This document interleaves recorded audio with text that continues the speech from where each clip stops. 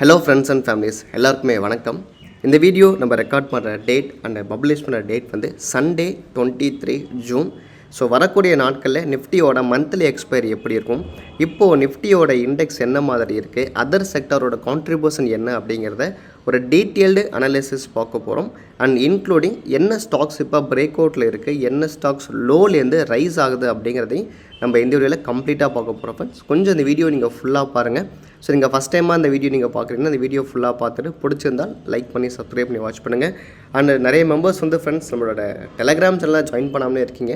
So அதுக்கான லிங்க்குமே நான் கீழே கொடுத்துருக்கேன். வரக்கூடிய ஒரு சில இம்பார்ட்டன்ட் ஸ்டாக்ஸ் ஆகட்டும் இல்லை மார்க்கெட் பற்றின அப்டேட்ஸும் நான் கொடுத்துக்கிட்டு தான் இருக்கேன். டெலகிராம் லிங்க் டிஸ்கிரிப்ஷனில் இருக்குது, மறக்காமல் ஜாயின் பண்ணிட்டு இந்த வீடியோ ஃபுல்லாக நீங்கள் வாட்ச் பண்ணுங்கள். ஓகே, இது வீக்லி அனாலிசிஸ் ரிப்போர்ட் தான்.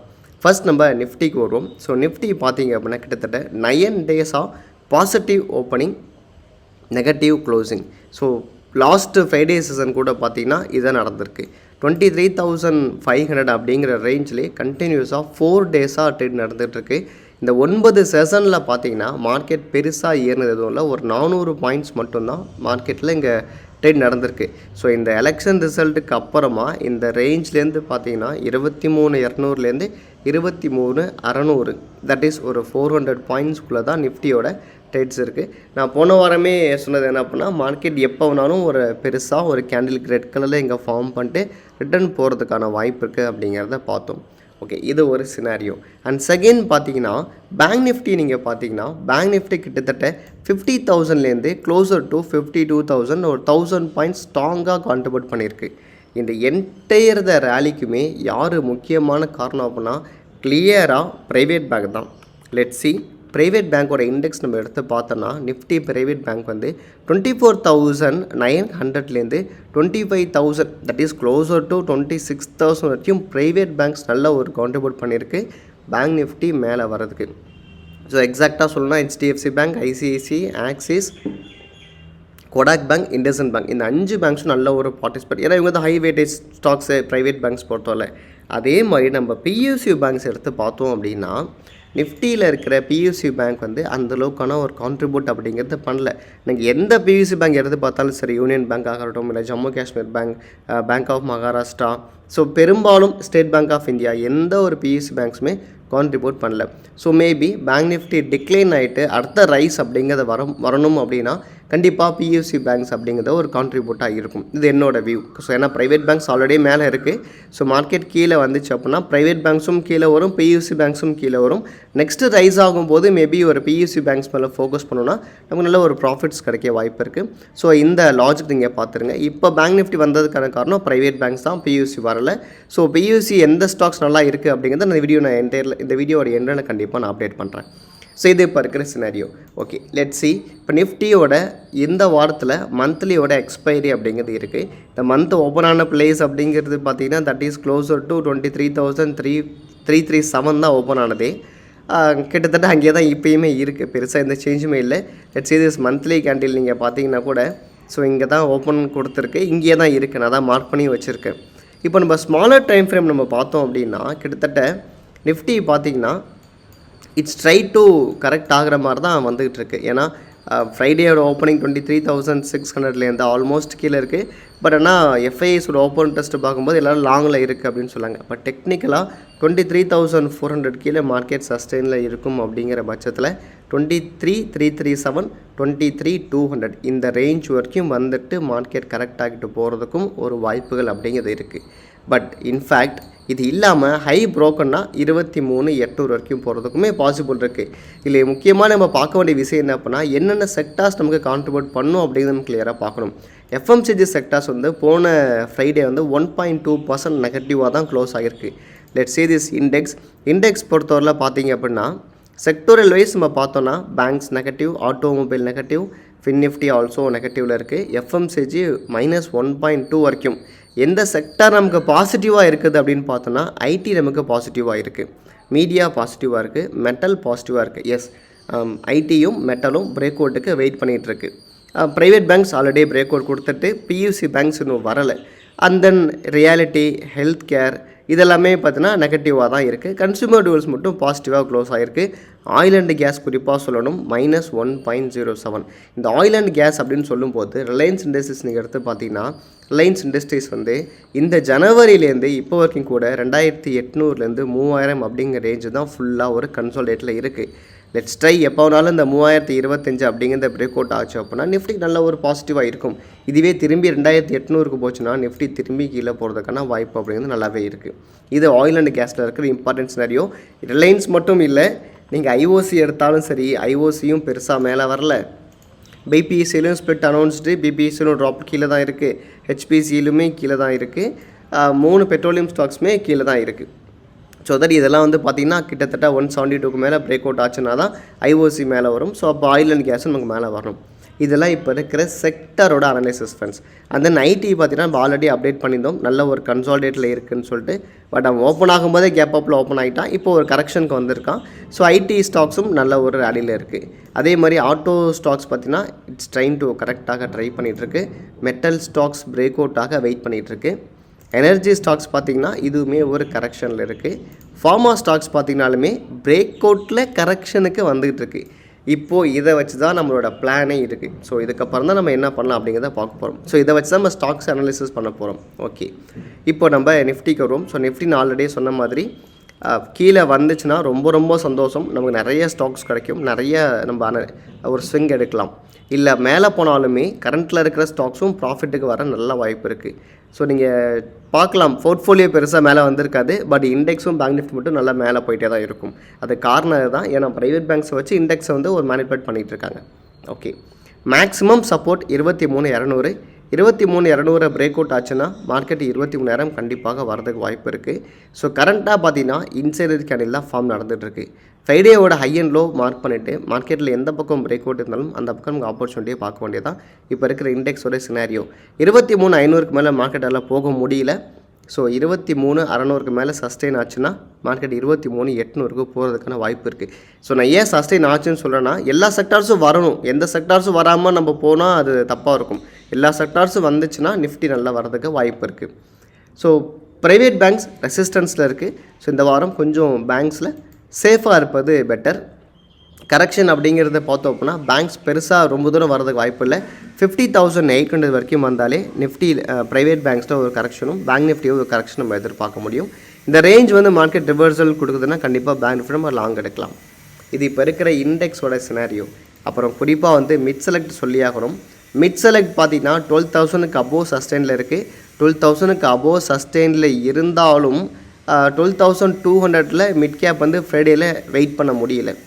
ஃபர்தராக மேலே பிரேக் அவுட் ஆச்சுன்னா மேலே போகிறதுக்கான பாசிபிலிட்டிஸ் இருக்குது. 12,100 கீழே பிரேக் ஆகுதுன்னா மார்க்கெட் கண்டிப்பாக மண்டேயோட மந்த்லி எக்ஸ்பைரில் 12,000 கூட ரீச் ஆகிறதுக்கு மிட் கேப்லையும் வாய்ப்பு இருக்குது. நான் அடிக்கடி சொல்கிறது தான், மிட் கேப் ஆல்ரெடியே நம்மளோட அனாலிசிஸ் பார்த்தோன்னா ஹைலி வேல்யூவேஷன் தான் மிட் கேப். இப்போ வெள்ளிக்கிழமை வால்யூம் ஸ்பைக்கான ஸ்டாக்னு பார்த்தீங்கன்னா சீனா sanitaryware, RailTel, Titagarh, RVNL, railway stocks நல்ல ஒரு மூமெண்டம். அப்புறம் எஃப்எம்சிஜியில் Honasa consumer, Raymond limited, MapmyIndia நம்ம ஆல்ரெடி வீடியோ பார்த்துடணும், டியூப் இன்வெஸ்ட்மெண்ட். அதுக்கப்புறம் முக்கியமாக வந்து ஃபெர்டிலைசர் ஸ்டாக்ஸ் வந்து நல்ல ஒரு கரெக்டாக இருக்குது. தீபக் ஃபெர்டிலைசர்ஸ், ஜிஎன்எஃப்சி, ஆர்சிஎஃப், சாம்பல் ஃபெர்டிலைசர். ஆனால் ஃபேக்ட் மட்டும் கரெக்ஷன் ஆகவே இல்லை, அவனுக்கு மட்டும் எல்லையே இல்லைங்க மாதிரி தான் போயிட்டுருக்கான். நேற்றுமே நல்ல ஒரு மேலே தான் வந்திருக்கு. So Chambal fertiliser fundamentally a very good stock. So கண்டிப்பாக சாம்பல் ஃபெர்டிலைசர் நீங்கள் கன்சிடர் பண்ணலாம். அதே மாதிரி ஆர்சிஎஃப் ஆல்சோ கன்சிடர் பண்ணலாம். தீபக் ஃபெர்டிலைசர்ஸ் கன்சிடர் பண்ணலாம். இந்த செக்மெண்ட்டில் தீபக் ஃபெர்டிலைசர்ஸ் பார்த்தீங்கன்னா கூட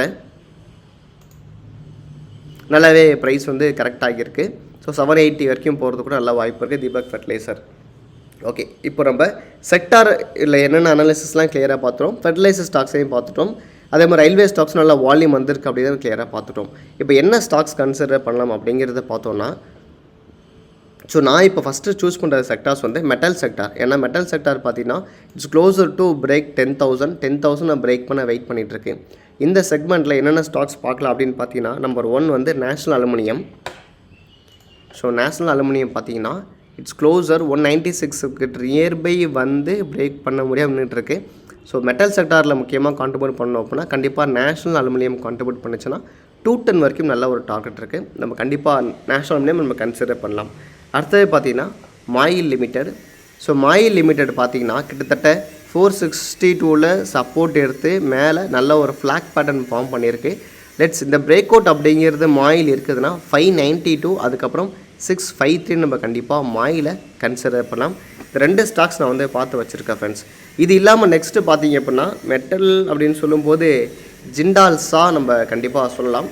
ஜிண்டால் சா பார்த்தீங்கன்னா 582ல் வந்து பிரேக் பண்ண முடியாமல் வெயிட் பண்ணிகிட்ருக்கு. ஃபண்டமெண்டலாக நல்ல ஸ்டாக்ஸ் தான். இந்த 582க்கு மேலே ஜிண்டால் சா பிரேக் அவுட் கொடுத்துருச்சு அப்படின்னா நம்ம 800 வரைக்கும் நம்ம இதுக்கான டார்கெட்ஸை நம்மளால் எதிர்பார்க்க முடியும். ஸோ நீங்கள் வாட்ச் லிஸ்ட்டில் இதெல்லாம் இல்லைன்னா கண்டிப்பாக இதெல்லாம் நீங்கள் வாட்ச் லிஸ்ட்டில் ஆட் பண்ணிட்டு இதெல்லாம் நீங்கள் ஃபாலோ பண்ணுங்கள். அடுத்த மெட்டல் ஸ்டாக்ஸ் அப்படிங்கிறது APL Apollo tubes. So APL Apollo tubes also நீங்கள் பார்த்தீங்கன்னா நல்ல வால்யூமோட மேலே வந்திருக்கு. கிட்டத்தட்ட இதுவுமே ஒரு ஃப்ளாக் மாதிரியான பேட்டர்ன்ஸ் தான் க்ரியேட் பண்ணிகிட்ருக்கு friends. So 1700 plus 1733 break out பண்ணிடுச்சு அப்படின்னா we can see 2200 வரைக்கும் இதுக்கான டார்கெட்ஸ் அப்படிங்கிறது இருக்குது. ஸோ நீங்கள் ஏபிஎல் டியூப்ஸுமே மெட்டல் ஸ்டாக்ஸில் வச்சுருந்தீங்கன்னா இதே நீங்கள் கன்சிடர் பண்ணுங்கள். இது இப்போ இருக்கிற இம்பார்ட்டன்ட் சினாரியோ மெட்டல் ஸ்டாக்ஸ் நான் சொல்ல வந்தது. அடுத்தது பார்த்தீங்கன்னா ஐடி ஸ்டாக்ஸ் பார்க்க போகிறோம். ஐடி ஸ்டாக்ஸ் வந்து ஆல்ரெடி நல்ல வால்யூமோடு வந்து ஒரு கரெக்ஷனில் இருக்குது. இப்போ இந்த ஐடி ஸ்டாக்ஸோட ஸ்கிரிப்ட் அப்படியே எங்கே இருக்குதுன்னு பார்த்தீங்கன்னா தட் இஸ் இன்ஃபோசிஸ் லிமிடெட். அதே 3 கேண்டிலோட வால்யூமோட பிரேக் அவுட், அதே கரெக்ஷன், அதே மாதிரி இருக்குது. ஸோ தட் ஐடியில் நம்ம கன்சிடர் பண்ண வேண்டிய முக்கியமான ஸ்டாக் என்னன்னா இன்ஃபி தான்.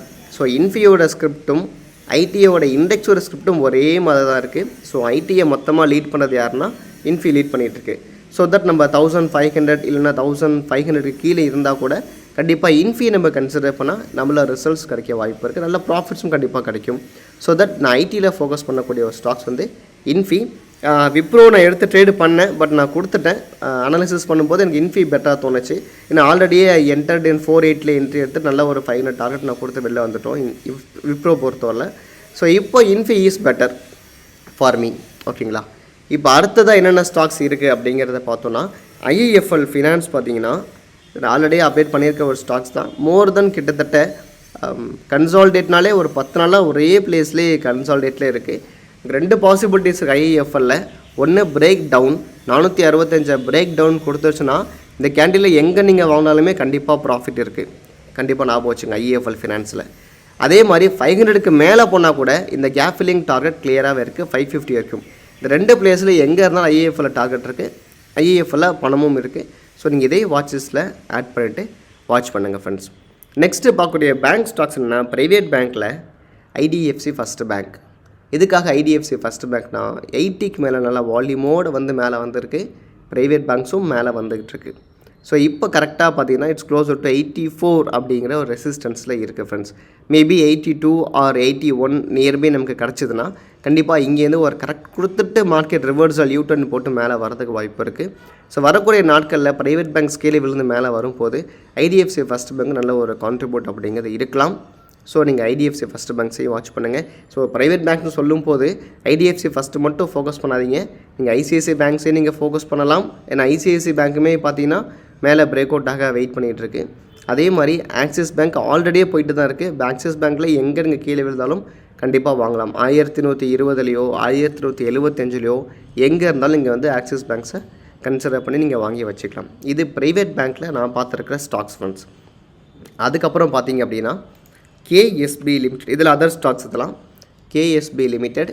ஸோ கேஎஸ்பி லிமிடெட் பார்த்தீங்கன்னா இட்ஸ் க்ளோஸராக வந்து 5000 நல்ல ஒரு ஸ்ட்ராங் கேண்டிலாக ஃபார்ம் பண்ணி கீழே விழுந்திருக்கு. பட் விழுந்தாலும் பெருசாக விழலை, இந்த ட்ரெண்டை ஃபாலோ பண்ணிகிட்ருக்கு. ஸோ தட் கேஎஸ்பி லிமிடெட் இதை பிரேக் அவுட் அப்படிங்கிறத கொடுத்துச்சுன்னா 5200 அப்படிங்கிறத எதிர்பார்க்குறேன்.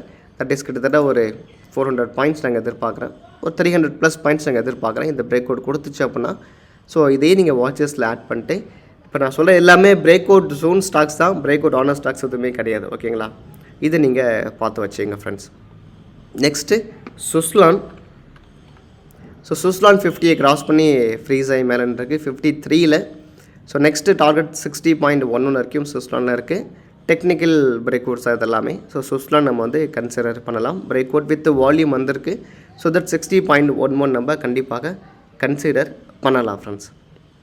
அடுத்ததாக இனி வரக்கூடிய நாட்களில் பிரேக் அவுட் ஆகக்கூடிய ஸ்டாக்ஸில் ஒன்று என்எல்சி இந்தியா. என்எல்சி இந்தியா பார்த்தீங்கன்னா 228, 241 கிட்டத்தட்ட ஐஏஎஃப்எல் மாதிரியே தான். 241க்கு மேலே பிரேக் அவுட் ஆச்சு அப்படின்னா நம்ம 260 அப்படிங்கிறத கண்டிப்பாக எதிர்பார்க்கலாம். 228 பிரேக் டவுன் கொடுத்தாலுமே 220 ரிவர்சலுக்கான ஆப்பர்ச்சுனிட்டி பார்த்தாலுமே நமக்கு மணி அப்படிங்கிறது இருக்குது. ஸோ என்எல்சி பொறுத்தவரை பிரேக் அவுட்டாக பிரேக் டவுனாக இதை மட்டும் நீங்கள் நோட் பண்ணி வச்சிட்டிங்கன்னா கண்டிப்பாக இதிலே நமக்கான ப்ராஃபிட்ஸ் அப்படின்னு கண்டிப்பாக கிடைக்கும். இதுக்கப்புறம் பார்க்கக்கூடிய பியூசி பேங்க்ஸ். இப்போ நான் பியூசி பேங்க்ஸுக்கு வரேன். பியூசி பேங்க்ஸ் நம்ம பார்க்கக்கூடிய முக்கியமான ஸ்டாக்ஸ் என்னென்னா, ஃபஸ்ட்டு ஸ்டாக்ஸ் வந்து யூனியன் பேங்க் ஆஃப் இந்தியா. இந்த யூனியன் பேங்க் ஆஃப் இந்தியா பார்த்திங்கன்னா ஆல்ரெடியே நல்ல ஒரு 140 ஆரம்பித்த ஸ்டாக்ஸ் 160 வரைக்கும் போயிட்டு ஆஃப்டர் த எலெக்ஷனுக்கு அப்புறமா பியூசி பேங்க்ஸ் வந்து கொஞ்சம் கீழே இருக்குது. அதுக்கு காரணம் உங்களுக்கே தெரிஞ்சிருக்கும். ஏன்னா வரக்கூடிய பட்ஜெட் என்ன மாதிரி இருக்கும் அப்படிங்கிற ரீசனுக்காக பெருசாக பியூசி பேங்க்ஸ் மேலே வரல. 151 பிரேக் அவுட் பண்ணிடுச்சு அப்படின்னா யூனியன் பேங்க் கண்டிப்பாக கிட்டத்தட்ட 170 அதோட ஹைக்கே போகிறதுக்கான வாய்ப்பு அப்படிங்கிறது நல்லாவே இருக்குது. ஸோ யூனியன் பேங்க் ஆஃப் இந்தியாவை கண்டிப்பாக நம்ம கன்சிடர் பண்ண வேண்டிய ஒரு ஸ்டாக் தான். அடுத்ததாக பார்த்தீங்கன்னா தட் இஸ் மகா பேங்க். நான் அடிக்கடி சொல்கிற பேங்க் தான். ஸோ பேங்க் ஆஃப் மகாராஷ்டிரா பார்த்தீங்கன்னா தட் இஸ் 68.38 இன்னும் பிரேக் அவுட் பண்ணலை. ஸோ என்கிட்ட கொஞ்சம் இருக்குது. இதை பிரேக் அவுட் பண்ணிச்சுன்னா ஃபர்தராக நமக்கு 76 வரைக்கும் bank of Maharashtra also target இருக்குது. ஸோ இதே நம்ம நோட் பண்ணி வைக்க வேண்டிய ஒரு ஸ்டாக். அடுத்ததாக பார்த்தீங்கன்னா that is Jammu and Kashmir bank. Same scenario 124க்கு மேலே வந்துச்சுன்னா 132 அதுக்கப்புறமா 140 இந்த டார்கெட்ஸுமே இருக்குது. நான் பியூசி பேங்க்ஸில் ஃபாலோ பண்ணுற ஸ்டாக்ஸ் வந்து இது தான் ஃப்ரெண்ட்ஸ். வேறு எதுவும் நான் பெருசாக நான் ஃபாலோ பண்ணல. இன்னொரு ஸ்டாக்கும் சொல்லிடுறேன், பிஎன்பி. இந்த ஸ்டாக்ஸ் தான் நான் பெரும்பாலும் ஃபாலோ பண்ணுறது. பிஎன்பி பார்த்தீங்கன்னா 130க்கு மேலே வரல. 130க்கு மேலே வந்துச்சுன்னா பிஎன்பி 140 வரைக்கும் போகிறதுக்கான வாய்ப்பு இருக்குது. இந்த பெரிய பாக்ஸை பிரேக் அவுட் பண்ணால் நல்லாவே மேலே போகிறதுக்கான வாய்ப்பு அப்படிங்கிறது இருக்குது. இது பியூசியில் நான் பார்த்த ஸ்டாக்ஸ். ஸோ ஓவராலாக நான் நிறையா ஸ்டாக்ஸ் அப்டேட் பண்ணியிருக்கேன். இது எல்லாமே வாட்ச் லிஸ்ட்டில் ஆட் பண்ணிவிட்டு ஃபர்தராக வரக்கூடிய நாட்கள் நீங்கள் பார்த்தீங்கன்னா நல்லாவே நீங்கள் ட்ரேட் பண்ணலாம். நிறைய உங்களுக்கு ஆப்பர்ச்சுனிட்டி இதில் கண்டிப்பாக கிடைக்கும். ஸோ நான் சொன்ன இன்ஃபர்மேஷன்ஸ் புரிஞ்சிருக்கோம் உங்களுக்கு. சரி ப்ரோ, போன வாரம் சொன்ன ஸ்டாக்ஸ் என்னாச்சுன்னு கேட்டிங்கன்னா, போன வாரம் சொன்ன ஸ்டாக்ஸில் வந்து என்எம்டிசி பார்த்தோம். என்எம்டிசி வந்து ஆல்மோஸ்ட் வந்திருக்கு, ஆனால் டார்கெட் இன்னும் அடிக்கலை. என்எம்டிசி ஆகட்டும், அதுக்கப்புறம் பார்த்தோம் அப்படின்னா டேண்ட்லா ஆகட்டும். ஸோ டேண்ட்லாவுமே பெருசாக ஒரு ரவுண்டு மேலே வந்தான் டேண்ட்லா. ஏன்னா எந்த ஸ்மால் கேப் ஆகட்டும் மிட் கேப் ஆகட்டும் பெருசாக எதுவுமே மொமெண்டம் இல்லை. நிஃப்டி இண்டெக்ஸும் பேங்க் நிஃப்டி மட்டும் தான் மேலே போயிட்டு வந்துகிட்ருக்கு. மற்ற மிட் கேப்ஸ் எதுவும் பெருசாக மூவ்மெண்ட் இல்லை. ஸோ டேண்ட்லாவுமே கிட்டத்தட்ட 5 டேஸாக ஒரு கன்சால்டேட்டில் இருக்குது. அப்புறம் எல்டிஐஎம் நல்லா மேலே வந்திருக்கு. எல்டிஐஎம் பார்த்திங்கன்னா நம்ம கிட்டத்தட்ட இங்கே பார்த்துடணும், ஓப்பனிங்கில் நல்லா மேலே வந்திருக்கான். ஸோ எல்டிஐஎம் ஓரளவுக்கு ஓகே. அதே மாதிரி ஜிஎஸ்பிஎல் பார்த்துடணும். ஸோ ஜிஎஸ்பிஎல்லுமே இன்னும் பிரேக் அவுட் ஆகலை. அதுவுமே பிரேக் அவுட்டுக்காக வெயிட் பண்ணிகிட்ருக்கு. குஜராத் ஸ்டேட் பெட்ரோநெட் லிமிடெட் கூட 311க்கு மேலே. ஜிஎம்டிசி நல்லா மேலே வந்துச்சு. ஸோ ஜிஎம்டிசி பார்த்திங்கன்னா நல்லா ஒரு தடவை மேலே வந்துட்டு திரும்பியும் என்எம்டிசி மாதிரியே தான் இதுவும் க்ளோஸ் ஆகியிருக்கு. பூனவாலா ஃபினான்ஸும் லோவில் தான் க்ளோஸ் ஆகியிருக்கு. அதுக்கப்புறம் எந்த ஸ்டாக்ஸும் பிரேக் அவுட் ஆகலை ஃப்ரெண்ட்ஸ். எல்லாமே பிரேக் அவுட்காக வெயிட் பண்ணிகிட்ருக்கு. இதுதான் இப்போ இருக்கிற சினாரியோ. நான் அனலிசிஸ் பண்ணதை உங்களுக்கு அப்டேட் பண்ணியிருக்கேன். இதில் ஏதாச்சும் மாற்று கருத்து இருந்துச்சுன்னா கண்டிப்பாக நீங்கள் கமெண்ட் செக்ஷனில் தெரியப்படுத்துங்க ஃப்ரெண்ட்ஸ். இல்லை நம்மளோட ஸ்விங் குரூப்பில் என்னென்ன ஸ்டாக்ஸ் நம்ம அப்டேட் பண்ணுறோம் அப்படின்னு தெரிஞ்சுக்கணும் அப்படின்னா ஸ்விங் குரூப்புக்கான லிங்க்குமே நான் டிஸ்கிரிப்ஷனில் டெலகிராமில் பின் பண்ணியிருப்பேன். அதையும் நீங்கள் செக் பண்ணி பாருங்கள். தேங்க்ஸ் ஃபார் வாட்சிங். தேங்க்யூ.